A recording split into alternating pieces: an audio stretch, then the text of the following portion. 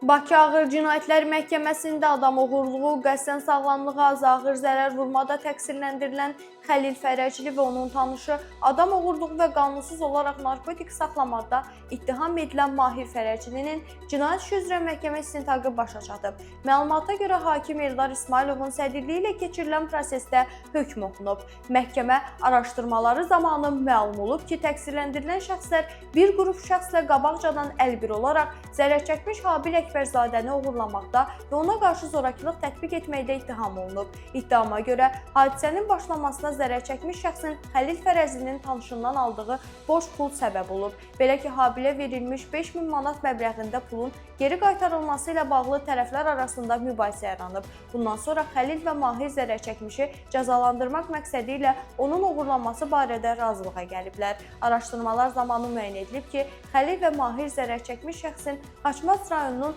Ukuroba kəndində yaşayan anasını ziyarət etmək üçün evə gələcəyi vaxtı əvvəlcədən öyrəniblər. Onlar ev sahiblərindən əldə etdikləri məlumat əsasında hadisə planını həyata keçirməyə qərar veriblər. 2024-cü ilin may ayında Habil evə yaxınlaşdığı zaman həmin şəxslər tərəfindən saxlanılıb. Onun əl və ayaqları bağlanıb, qışqıraraq kömək istəməsini qarşısına almaq məqsədi ilə ağzına əski qoyublar. Bundan sonra zərərçəkmiş şəxs müxtəlif formalarda zorakılığa məruz qalıb. Təqsirləndirilən şəxslər və digər iştirakçılar metal dəyənəklər, bıçaqlar, eləcə də əl və ayaq zərbələri ilə onun bədəninin müxtəlif nahiyələrinə zərbələr endiriblər. Daha sonra o təqsirləndirilən şəxslərdən birinin idarə etdiyi Toyota Prius markalı avtomobilin yük yerinə yerləşdirilib. Zərərçəkmiş şəxs bundan sonra Bakı şəhərinə gətirilib və əvvəlcə müəyyən edilməmiş ünvanda saxlanılıb. Məhkəmənin hökmü ilə Xəlil Fərəcli 8 il 6 ay, Mahir Fərəcli isə 9 il müddətinə azadlıqdan məhrum edilib. Qeyd edək ki, ad və soyadlar şərti verilib.